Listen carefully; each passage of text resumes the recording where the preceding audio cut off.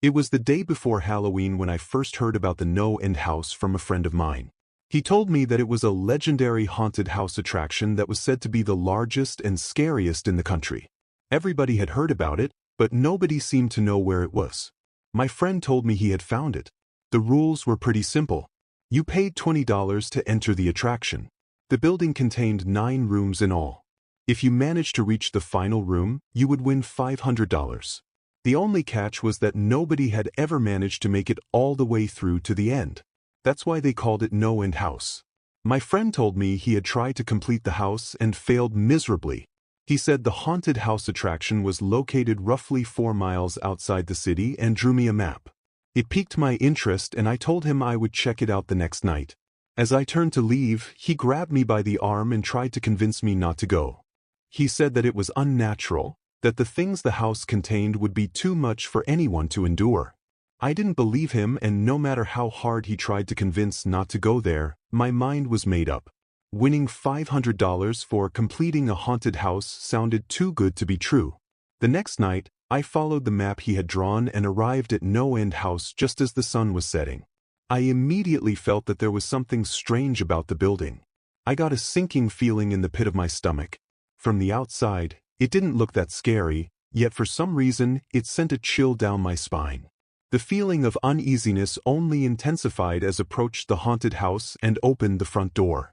Stepping inside, I let out a sigh of relief. The entrance hall looked normal, like a hotel lobby decorated for Halloween. There was a sign posted on the wall that read, "Leave $20 in the tray below and proceed to room 1. 8 more follow. Reach the end and you win $500. With an uneasy chuckle, I placed my money in the tray under the sign and made my way to the door. The first room was a complete letdown. It was almost laughable. It resembled a children's ghost train at a fun fair, complete with white-sheeted ghosts hanging from the ceiling and mechanical zombies that lurched forward and gave an unconvincing moan as you passed by. I brushed aside the fake spider webs and headed for the door at the far end of the room. Upon entering the second room, I was greeted by thick fog. A rubber bat hung from the ceiling and flew around in a wide circle.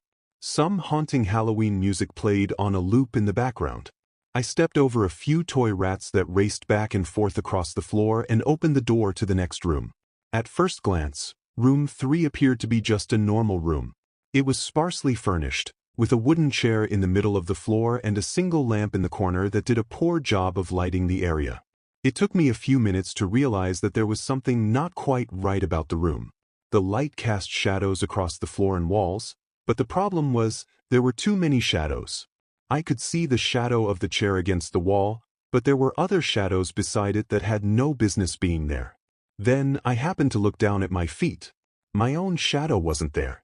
At that moment, a vague and foreboding feeling of impending doom gripped my heart and my courage deserted me. Reaching behind me, I tried to open the door I had just come through. Imagine my surprise when I realized it was locked. I didn't have the option of retreating. The only thing I could do was walk across the room to the other door and press on, further into the house. The fourth room was possibly the most disturbing. There was no light. The door behind me closed automatically and I was left standing there in complete darkness. It was pitch black and I couldn't see a thing. I was scared to move. I'm not afraid of the dark and never have been, but there was something about that particular darkness that absolutely terrified me. Darkness doesn't describe it fully. It was an absence of anything. There was just a dead silence. I couldn't hear a thing. I couldn't even hear myself breathing. It was the sound of death. Just then, the silence was broken by a low hum. The hair on the back of my neck stood up and I felt something pass behind me.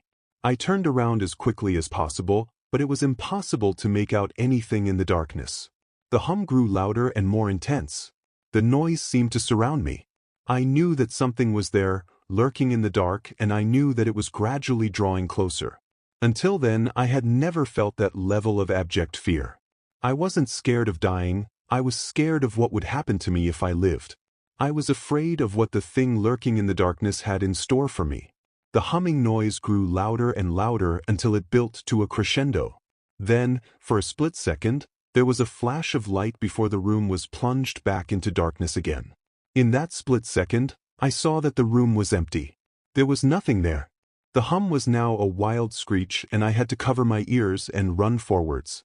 My hands fumbled blindly for the door handle, and when I found it, I wrenched it open and fell into the fifth room. Looking up at the ceiling, I was shocked to see that the room was covered in trees. Their branches towered above my head, and the room appeared to be extremely large. It was as if I was in the middle of a huge forest. The floor was lined with tall bushes and shrubs. It was impossible to discern where the exit was. As I made my way deeper into the room, I began to hear the sound of birds chirping and insects scuttling through the undergrowth. I could hear them, but I couldn't see them. I kept walking, hoping that the door would lie behind the next tree I passed. After a few moments, I heard a buzzing sound and felt something land on my arm. I shook it off and kept going, but a few seconds later, I felt about 10 more insects land on me. They were crawling up and down my arms and legs, and some even jumped onto my face. I flailed my arms wildly trying to swat them, but they just kept crawling all over me.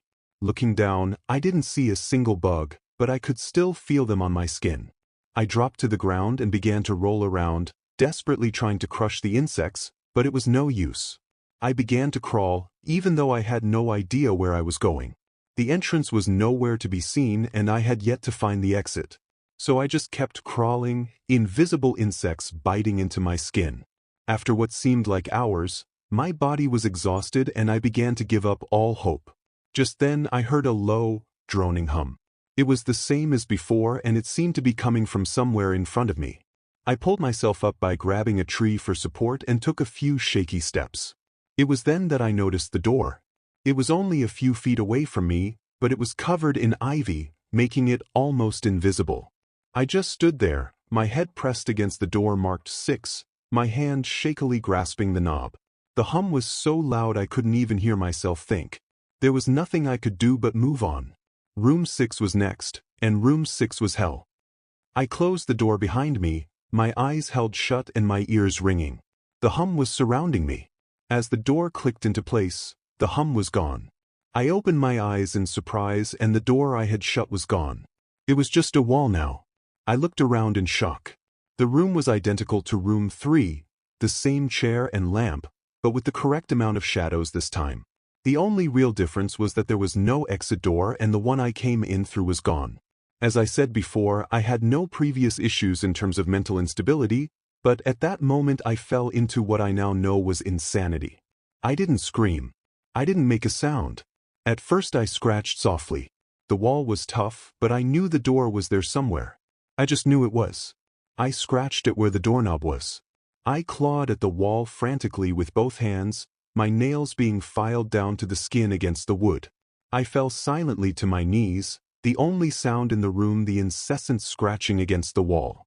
I knew it was there. The door was there, I knew it was just there. I knew if I could just get past this wall. Are you all right? I jumped off the ground and spun in one motion. I leaned against the wall behind me and I saw what it was that spoke to me. To this day I regret ever turning around. There was a little girl.